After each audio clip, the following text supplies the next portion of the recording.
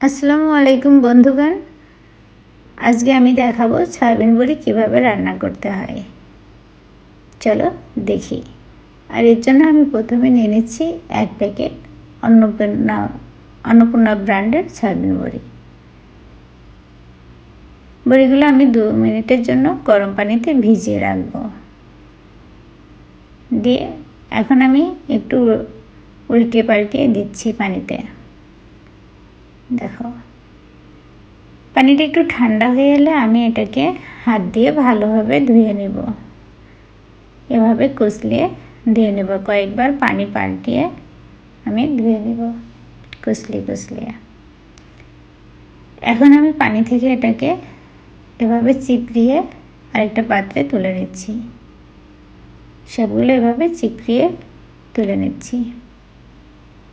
এখন আমি এর মধ্যে দিয়ে দেবো একটু হলুদের গুঁড়া, একটু মরিচের গুঁড়া আর স্বাদমতো লবণ। দিয়ে দিচ্ছি 2টো ডিম।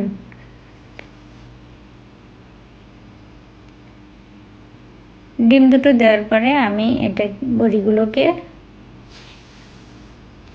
ভালোভাবে ডিমের সাথে মিশিয়ে নিচ্ছি।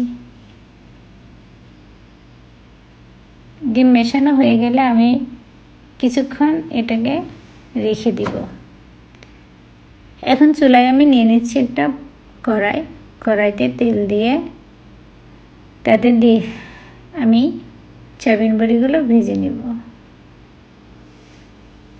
আমি অর্ধেকটা করে ভেজে নেব। দেখো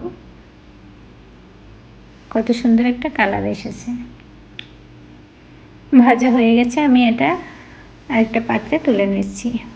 এভাবে আমি বাকি বড়িগুলো ভেজে নেব। হয়ে গেছে আমার সবগুলো বড়ি ভাজা। এখন আমি ওই কড়াইতে তেল দিয়ে আলুর টুকরোগুলো ভেজে নেব। এই সয়াবিন বড়িগুলো আমি আলু দিয়ে রান্না করব, তাই আমি আগে থেকেই 2টো আলু এভাবে টুকরো করে কেটে লবণ মাখিয়ে রেখেছিলাম। আমার আলুগুলো ভাজা হয়ে গেল। এখন এটা তুলে নিচ্ছি। ওই তেলের মধ্যে আমি দিয়ে দিচ্ছি পেঁয়াজ কুচি দিয়ে আমি একটু নেড়ে চেড়ে নিচ্ছি। এখন এর মধ্যে দিয়ে দিচ্ছি একটু লবণটা স্বাদ মতো দিতে হবে। দিচ্ছি 3টা তেজপাতা আর এলাচ ও দারুচিনি দিয়ে আবারও নেড়ে চেড়ে নিচ্ছি।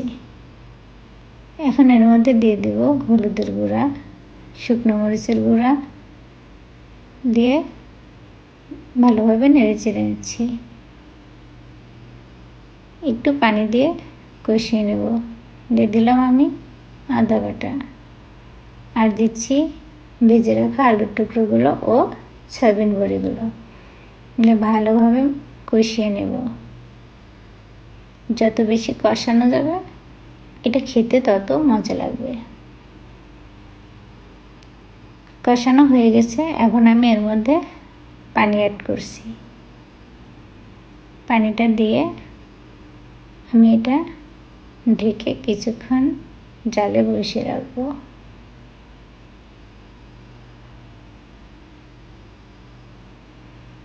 এভাবে আমি সয়াবিন বড়িগুলো রান্না করছি।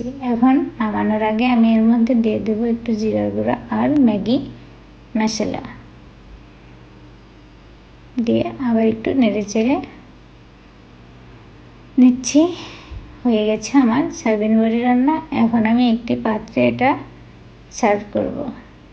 দেখো বন্ধুরা, আমার সয়াবিন বড়ি রান্না হয়ে গেছে। তোমাদের কাছে কেমন লাগলো লাইক কমেন্টস করে জানিও। টাটা।